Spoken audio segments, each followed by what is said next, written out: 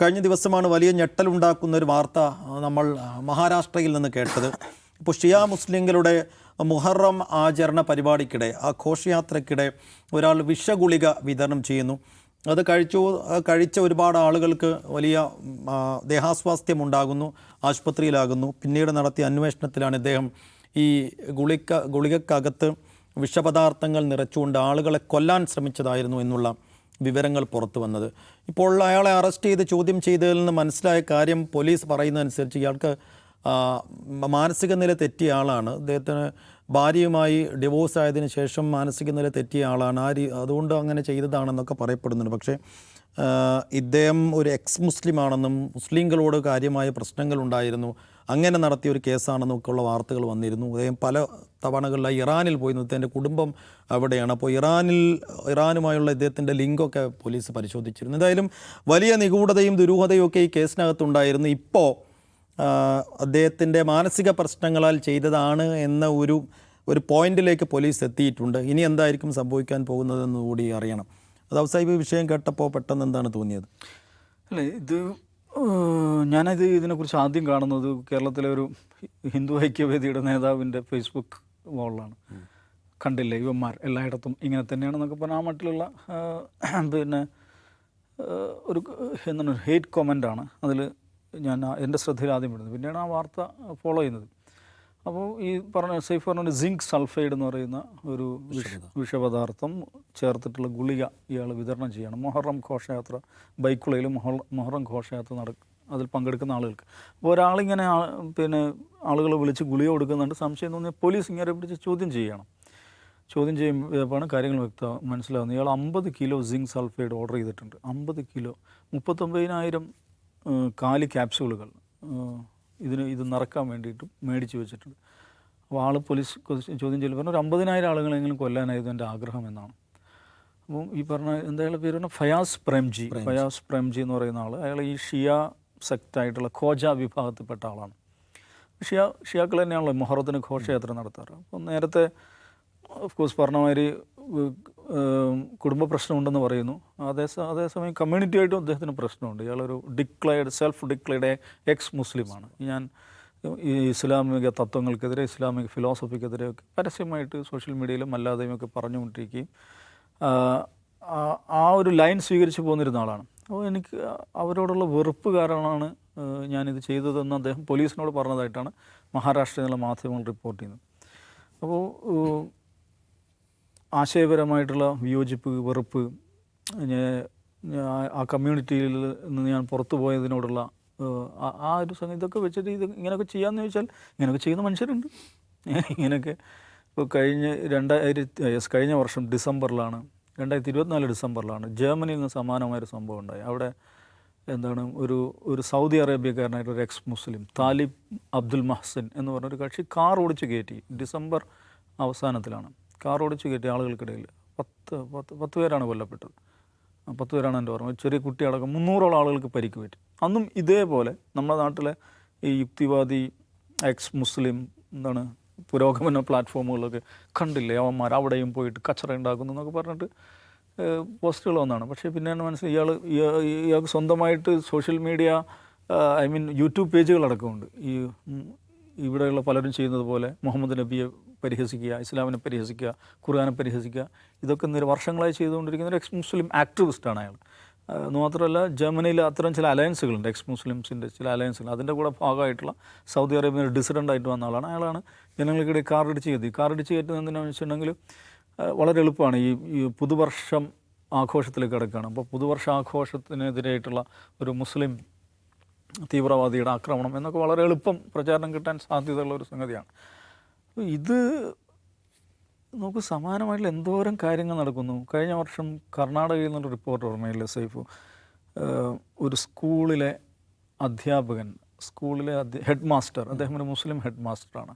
അപ്പോൾ അദ്ദേഹത്തെ അവിടെ നിന്ന് തെറിപ്പിക്കാൻ വേണ്ടിയിട്ട് അവിടെയുള്ള ഒരു സംഘം, ഒരു കാര്യകർത്താവ് അവിടുത്തെ സ്കൂളിലെ കുടിവെള്ളത്തിൽ വിഷം കലക്കി. ഒന്ന് ആലോചിച്ച് നോക്കുക, അയാളുടെ ഒരവസ്ഥ ഒന്ന് ആലോചിച്ച് നോക്കുക. അവിടെ എല്ലാവരും കുഞ്ഞുങ്ങൾ പഠിക്കുന്ന സ്കൂളാണ്. അവിടെ സ്കൂളിലെ വാട്ടർ ടാങ്കിൽ വിഷം കലക്കുകയാണ്. അങ്ങനെ കുഞ്ഞുങ്ങൾക്ക് അപകടം പറ്റിയാൽ ഈ ഹെഡ് മാസ്റ്റർ, അവിടെ മുസ്ലിമായ ഹെഡ് മാസ്റ്റർ ഞങ്ങളുടെ നാട്ടിൽ, ഞങ്ങളുടെ ഗ്രാമത്തിലെ സ്കൂളിൽ വേണ്ട എന്നുള്ളതാണ്. ഏറ്റവും ഒടുവിൽ ലോകത്ത് തന്നെ ഒരുപക്ഷെ ഇത്രയും എന്താണ് ഞെട്ടിപ്പിക്കേണ്ട ഒരു സംഭവമാണ് ശ്രീലങ്കയിലെ ഈസ്റ്റർ ഡേ ബോംബിങ്സ്. 100 കണക്കിന് ആളുകൾ കൊല്ലപ്പെട്ടു. കഴിഞ്ഞ മാസമല്ല 2 ആഴ്ച മുമ്പാണ് അതിൽ ആളെ കിങ് പിന്നിനെ അറസ്റ്റ് ചെയ്തത്. ആരെയാണ് അറസ്റ്റ് ചെയ്തിരിക്കുന്നത്? ആ രാജ്യത്തിൻ്റെ ഇൻ്റലിജൻസ് ചീഫിനെയാണ് അറസ്റ്റ് ചെയ്തിരിക്കുന്നത്.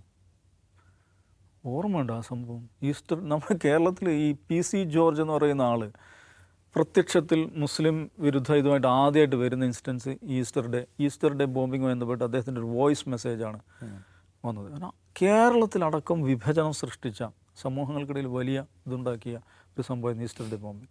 ആരും അന്താളിച്ചു പോലെ ഈ ശ്രീലങ്ക പോലെ ക്രിസ്ത്യാനികൾ ചെറുന്യൂനപക്ഷമായിട്ടുള്ള ഒരു രാജ്യത്ത് അവരെ വളരെ പ്രധാനമെന്ന് കാണുന്ന ഒരു ദിവസം, ഒരു ആഘോഷ ദിവസം, ഒരു പ്രാർത്ഥനാ ദിവസം, അവരുടെ പ്രാർത്ഥനാ ദേവാലയത്തിൽ ബോംബ് പൊട്ടിക്കുകയാണ്. ആ കശ്മലന്മാരോടുള്ള വെറുപ്പും അറപ്പും ആർക്കും ഉണ്ടാവും. 100 കണക്കിന് വിശ്വാസികളാണ്, പ്രാർത്ഥനയ്ക്കെത്തിയ വിശ്വാസികളാണ് കൊല്ലപ്പെടുന്നത്. അപ്പോൾ അതിൻ്റെ പ്രധാനിയായിട്ട് അവിടുത്തെ സർക്കാർ കണ്ടെത്തിയിരിക്കുന്നത് ആ രാജ്യത്തിൻ്റെ തന്നെ ഇൻ്റലിജൻസ് ചീഫായിട്ടുള്ള മനുഷ്യനെ. അയാൾ അകത്താണിപ്പോൾ. പാർലമെൻറ്റിൽ ഔദ്യോഗികമായിട്ട് പ്രസ്താവന നടത്തി അവിടുത്തെ മിനിസ്റ്റർ. എന്തിനാണ് അയാളത് ചെയ്തത്?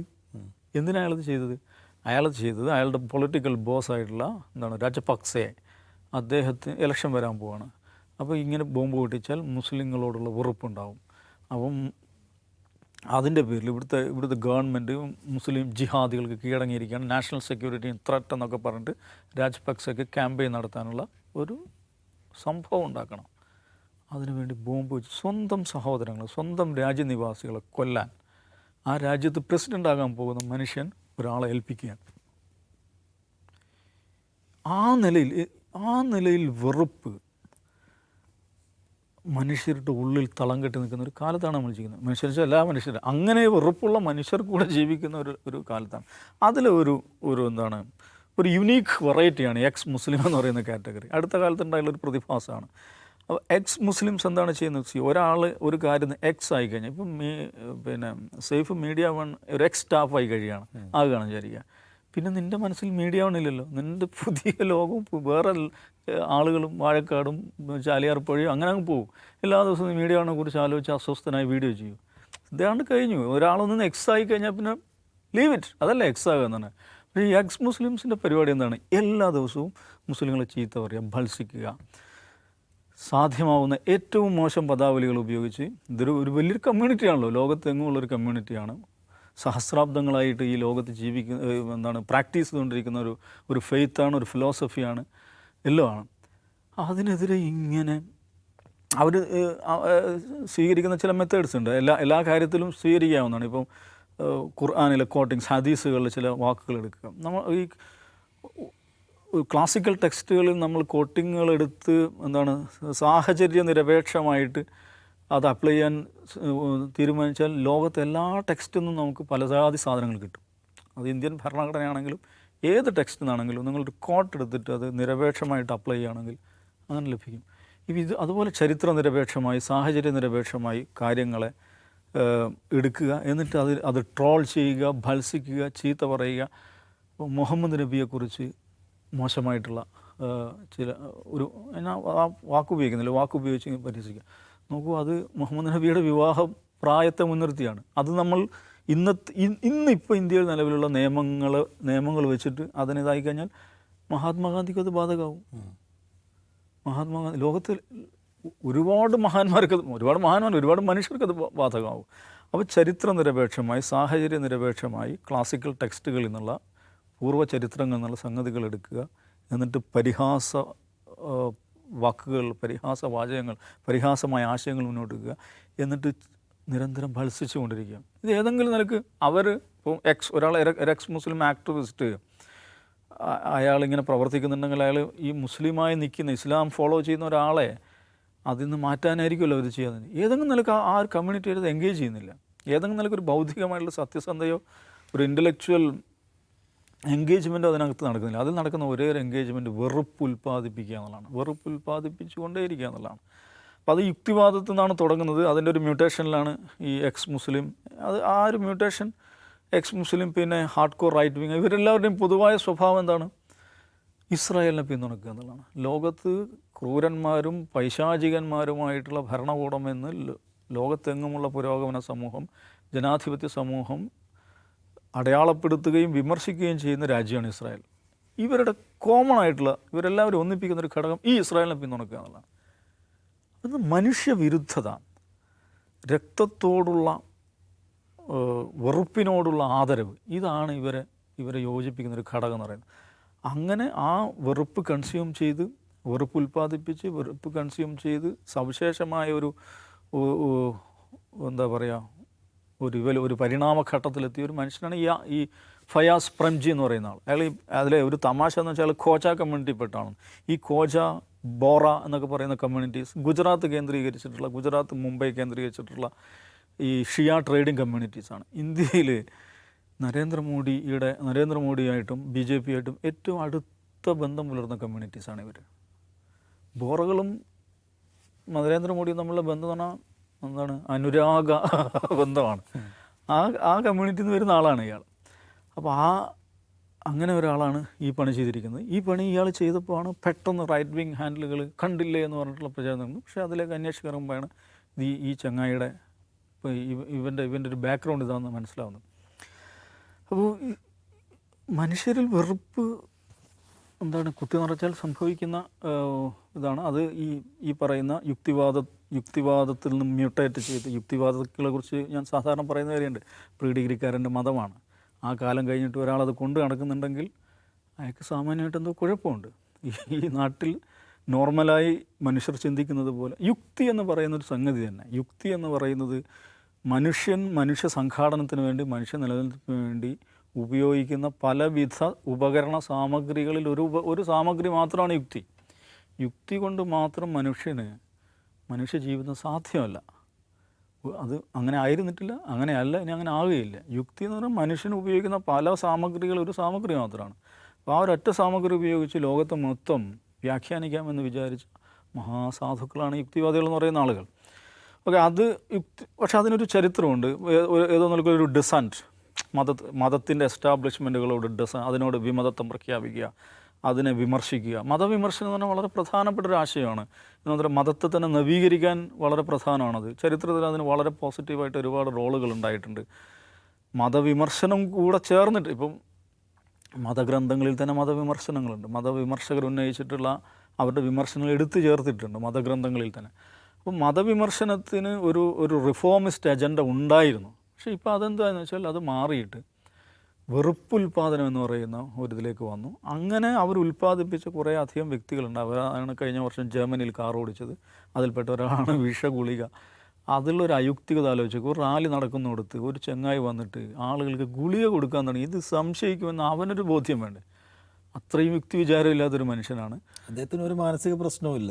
ഒരു മാനസിക പ്രശ്നം. ഇത്രയും 50 കിലോ സിങ്ക് എന്താണ് സിങ്ക് ഫോസ്ഫൈഡാണ്. അത് സംഘടിപ്പിക്കാനൊക്കെ ഇങ്ങനെ സാധിക്കണമെങ്കിൽ അത് ടാബ്ലറ്റിലേക്ക് നിറക്കാനൊക്കെ പറ്റുന്ന അദ്ദേഹത്തിന് വേറെ പ്രശ്നങ്ങളൊന്നുമില്ല. അയാളുടെ പ്രശ്നം ഇത് മാത്രമാണ്, വെറുപ്പിനാൽ നയിക്കപ്പെട്ട ഒരു മനുഷ്യൻ. നിഷാദ്, ഈ കളമശ്ശേരിയിൽ ഉണ്ടായ സ്ഫോടനം ഉണ്ടല്ലോ, ഏറെക്കുറെ എനിക്കൊന്നും സമാനമായൊരു പ്രതലം അതിനുണ്ടെന്ന് തോന്നുന്നു. യഹോവ സാക്ഷികൾ എന്ന് പറഞ്ഞ ആ ഒരു ധാരയുമായി മുന്നോട്ട് പോകുന്ന ആളായിരുന്നു അതിൽ പ്രതിയായ കക്ഷി. അപ്പോൾ എനിക്ക് തോന്നുന്നു ഈ എക്സ് ടീമുകൾക്കൊക്കെ എന്തുകൊണ്ടായിരിക്കും കോമൺ ആയിട്ട് ഇവർ ഈ വെറുപ്പിൻ്റെയും വിദ്വേഷത്തിൻ്റെയും വഴിയെ പോകുന്നത് എന്തുകൊണ്ടായിരിക്കും? എനിക്കതിനകത്തുള്ള കൗതുകം, നേരത്തെ ദൗസമായ പോയിന്റ് പറഞ്ഞു, അതായത് ഒരു സ്ഥലത്തുനിന്ന് പുറത്തിറങ്ങുക, ആ സ്ഥലത്തോടുള്ള വിയോജിപ്പ് കൊണ്ട്, ആ പ്രസ്ഥാനത്തോട്, ആ സ്ഥാപനത്തോട്, ആ സംഘാടനത്തോടുള്ള വിയോജിപ്പ് കൊണ്ട് പുറത്തിറങ്ങിയ ശേഷം വേണമെങ്കിൽ പൂർണ്ണമായും അത് വിടാം, അല്ലെങ്കിൽ കൂടുതൽ ആളുകൾ അതിൽ നിന്ന് പുറത്തേക്ക് കൊണ്ടുവരാൻ ശ്രമിക്കാം. ഈ എക്സ് മുസ്ലിം എന്ന പേരിൽ ഇപ്പോൾ ഇവിടെ പലതരത്തിൽ പ്രാക്ടീസ് ചെയ്തുകൊണ്ടിരിക്കുന്ന, അല്ലെങ്കിൽ പലതരം ഉദ്യമങ്ങളിൽ ഏർപ്പെട്ടിരിക്കുന്ന ആൾക്കാരുടെ ലക്ഷ്യങ്ങളായിട്ട് അവർ സ്വയം പറയുന്നത് പരമാവധി ആളുകൾ അതിൽ നിന്ന് പുറത്തേക്ക് കൊണ്ടുവരാനാണ്. അപ്പോൾ ഞാൻ എപ്പോഴും ആയിരിക്കും പരമാവധി ആളുകളെ പുറത്തേക്ക് കൊണ്ടുവരാൻ വളരെ ലോജിക്കലായിട്ട് സംസാരിക്കുക, സ്നേഹപൂർവ്വം സംസാരിക്കുക, കുറച്ചൊരു ക്വാളിറ്റേറ്റീവായി ഉള്ള പരിപാടികൾ നയിക്കുക, ചെയ്യുക എന്നുള്ളതാണല്ലോ ചെയ്യേണ്ടത്. അവരതല്ല ചെയ്യുന്നത്. അവർ അതിതീവ്രമായ വൈരാഗ്യ ബുദ്ധിയോടെയുള്ള ആക്ഷേപ ലൈൻ സ്വീകരിക്കുന്നു. പരമാവധി വംശീയതയും വർഗീയതയും എങ്ങനെ പറയാമെന്ന് ആലോചിക്കുന്നു. അത് ചെയ്തു കൂട്ടുന്നു. 1. 2, ഒരു മതവിശ്വാസത്തിൽ നിന്ന് പുറത്തിറങ്ങുന്നത് മതവിശ്വാസം കുഴപ്പമാണെന്ന് മനസ്സിലാക്കിയിട്ടാണല്ലോ. മതവിശ്വാസം കുഴപ്പമാണെന്ന് പുറത്തിറങ്ങിയിട്ട് നിൽക്കുന്ന ആളുകൾക്ക് എല്ലാത്തരം മതങ്ങളെയും വിമർശിക്കാനും പറ്റണമല്ലോ. അങ്ങനെ നോക്കുമ്പോൾ മതങ്ങളെ അങ്ങേയറ്റത്തെ ലോജിക്ക് കൊണ്ട് നിങ്ങൾ മതങ്ങളെ അളക്കാൻ തീരുമാനിച്ചാൽ നിങ്ങൾക്കൊരു മതത്തിലും നിങ്ങളുടെ യുക്തിയുടെ ഈ കമ്പൗണ്ട് നാട്ടാൻ പറ്റില്ലല്ലോ. ഒരു പ്രത്യയശാസ്ത്രത്തിലും പറ്റില്ലല്ലോ. ഒരു മതത്തിൽ മാത്രമല്ല, ഒരു പ്രത്യയശാസ്ത്രത്തിലും ആ കമ്പ് കൊണ്ടുപോയി നാട്ടാൻ പറ്റില്ല. അപ്പോൾ പിന്നെ ഇവർക്ക് എല്ലാത്തിനെയും വിമർശിക്കുക എന്നുള്ള ലൈനാണല്ലോ സ്വീകരിക്കേണ്ടത്. പക്ഷേ ഇതിലൊന്നിനെ മാത്രമേ നന്നാക്കുകയുള്ളൂ, ഇതിനെ മാത്രമേ വിമർശിക്കുകയുള്ളൂ എന്ന ലൈൻ സ്വീകരിക്കുന്നവരുടെ യുക്തി എന്താണ്? അതിന് യുക്തി എന്നുള്ള ക്വസ്റ്റ്യൻ അവസാനിക്കുകയാണ്. അപ്പോൾ എനിക്ക് അത്ഭുതം തോന്നുന്ന ഒന്നാണ്, ഈ പുറത്തിറങ്ങി വന്നതിന് ശേഷവും ഗേറ്റിന് പുറത്തു നിന്ന് അങ്ങോട്ട് നോക്കി ചീത്ത വിളിക്കുക എന്ന് പറഞ്ഞ ജോലി മാത്രം ചെയ്യുന്ന ആളുകളുടെ ഉള്ളിൽ പ്രവർത്തിക്കുന്നത് ശരിക്കും പറഞ്ഞാൽ ഈ പറഞ്ഞ ലോജിക്കൽ തിങ്കിങ് അല്ലെങ്കിൽ എന്താ പറയുക യുക്തി ചിന്താധാര പോലെയുള്ള സംഗതികളല്ല ഒന്നാമത്തേത്. രണ്ടാമത്തേത്, ഒരു പ്രത്യയശാസ്ത്രം, ഇസ്ലാം എന്ന് പറയുന്ന പ്രത്യയശാസ്ത്രത്തോട് ഞങ്ങൾക്ക് പ്രശ്നമുണ്ട് എന്ന് സ്ഥാപിക്കാനും അത് വിളിച്ചു പറയാനും അവർ ഉപയോഗിക്കുന്ന എവിടെയാണ്? റൈറ്റ് വിങ്ങിൻ്റെ സ്പേസാണ്. റൈറ്റ് വിങ്ങിൻ്റെ സ്പേസ് എന്ന് വെച്ചാൽ എന്താണ്? മനുഷ്യരെ കൊന്നുകൊണ്ടേയിരിക്കുന്ന പ്രത്യയശാസ്ത്രത്തിൻ്റെ കൂടെ നിൽക്കുക, മനുഷ്യരോട് വെറുപ്പ് തുപ്പുന്ന പ്രത്യയശാസ്ത്രത്തിൻ്റെ ആ മുറ്റത്ത് കയറി നിന്നിട്ടാണ് വേറൊരു സംഗതി കുഴപ്പമാണ് എന്ന് പറയാനുള്ള ശ്രമം നടത്തുന്നത്. അതിൻ്റെ ഒരു സംഗതി എന്താണ്? അപ്പോൾ മനുഷ്യർ പൂർണ്ണമായിട്ടും ഹേറ്റിനാൽ നിറയ്ക്കപ്പെട്ട മനുഷ്യരായി മാറ്റപ്പെട്ട കുറേ ആൾക്കാർ, എന്നിട്ട് അവരതിൻ്റെ കൂടെ എക്സ് മുസ്ലിം എന്നും യുക്തിവാദം എന്നൊക്കെ പറയുകയാണ്. എനിക്ക് തോന്നുന്നത് അതാണ്. അപ്പോൾ അതിൻ്റെ വൈരാഗ്യബുദ്ധി പരമോടിയിലെത്തുമ്പോൾ ആൾക്കാരെ കൊല്ലാൻ തോന്നും. ചില ആൾക്കാർ കൊന്നാൽ, ഇപ്പം നമ്മൾ കേരളത്തിലെ അടക്കം കാണുമല്ലോ, ഇനി ഫിസിക്കലി അറ്റാക്ക് ചെയ്താൽ കേസുണ്ടാവും അല്ലെങ്കിൽ ഏത് തരത്തിലുള്ള നിയമ നടപടികൾ നേരിടേണ്ടി വരുമെന്നുള്ളതുകൊണ്ട് പരമാവധിയിൽ എന്താണ് അവരെ പുച്ഛിക്കുകയും ആക്രമിക്കുകയും വിദ്വേഷം പടർത്തുകയും ചെയ്യുക. ഞാൻ വിദ്വേഷത്തിനുള്ള മരുന്നിട്ട് തരാൻ വേണമെങ്കിൽ നിങ്ങൾ പോയി കൊല്ലു എന്നുള്ള ലൈനിലാണ് ഇവിടെ പല ആൾക്കാർ പ്രവർത്തിക്കുന്നത്. അവർ നേരിട്ട് ആ പണിക്ക് ഇറങ്ങിയിട്ടില്ല. എന്നാൽ അതിൻ്റെ സഹിക്കാൻ വയ്യാതെ നേരിട്ടിറങ്ങി ചെയ്യുന്ന ആൾക്കാരെയാണ് നമ്മൾ ഈ കണ്ടുകൊണ്ടിരിക്കുന്നത്. അപ്പോൾ ഇത് എനിക്ക് അത്ഭുതം തോന്നുന്നില്ല.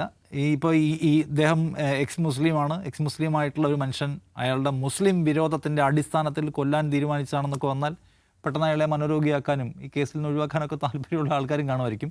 അദ്ദേഹത്തെ കൊണ്ടു നടക്കാൻ താല്പര്യമുള്ള ആൾക്കാരും കാണും. ഇവിടെ ആൾക്കാരെ കൊണ്ടു നടക്കുന്നവരെ കാണുന്നുണ്ടല്ലോ. ഇവിടെ പല ആൾക്കാരും എക്സ് മുസ്ലിം ആണെന്ന പേരിൽ മുസ്ലിം പേരുകൾ തന്നെ ഉപയോഗിച്ചുകൊണ്ട് ഭയങ്കരമായി മുസ്ലിം കമ്മ്യൂണിറ്റിയെ ആക്ഷേപിക്കുന്നവരുണ്ട്. 3-4 പ്രമുഖരെ നമുക്കിവിടെ അറിയാൻ പറ്റും, സോഷ്യൽ മീഡിയയിലും അല്ലാതെയൊക്കെയുള്ള പ്രമുഖരെ. അവരെ കൊണ്ടു നടക്കാൻ ആരാണ്? അവരെ കൊണ്ടു നടക്കുകയും അവർക്ക് സ്പേസ് കൊടുക്കുകയും അവരെ ഭയങ്കര റിഫോംസ്റ്റുകളായിട്ട് വാഴ്ത്തുകയും ചെയ്യുന്ന ആരാണ്? അപ്പോൾ ഞാൻ പറഞ്ഞ ഇത്തരം അതിക്രമം ചെയ്യുന്ന ഒരാളെ രാജ്യം ഒന്നാകെ തള്ളിക്കളയുമോ? എനിക്ക് തോന്നുന്നില്ല. അയാളെ ഇവൻ ഈ പരിപാടിയായിരുന്നല്ലോ, ഇതായിരുന്നു ഉദ്ദേശം, അങ്ങനെയെങ്കിൽ അയാൾ ഹീറോ എന്ന മട്ടിൽ അയാളെ കൊണ്ടു നടക്കാനും ആൾക്കൂട്ടം ഉണ്ടാവുമെന്നാണ് എനിക്ക് തോന്നുന്നത്. അല്ലാതെ പൂർണ്ണമായി ആളെ തള്ളിക്കളയുമെന്ന് എനിക്ക് തോന്നുന്നില്ല. ഈ പ്രശ്നം ഇതാണ്, ഇറങ്ങി വന്ന ആളുകളുടെ ഉള്ളിലുള്ളത് ഏതെങ്കിലും ഒരു പോർഷൻ നന്നാക്കുക എന്നുള്ള ഉദ്ദേശമല്ല, കേവല വിരോധമാണ് അവരെ നയിക്കുന്നത്. അവർ നാട്ടിൽ ആപത്തുണ്ടാക്കിക്കൊണ്ടിരിക്കും, ഇനിയും ഉണ്ടാക്കുമെന്ന് എനിക്ക് തോന്നുന്നു. യെസ്. ഇപ്പോൾ എക്സ് മുസ്ലിങ്ങളെല്ലാം മുസ്ലിം വിരോധികളാകുന്ന ഒരു ചിത്രമാണ് ഇപ്പോൾ നമുക്ക് കാണാൻ കഴിയുന്നത്. അതിൻ്റെ ഒരു തുടർച്ചയായിട്ട് മാത്രമേ ഇതിനെയും കാണാൻ കഴിയുന്നുള്ളൂ.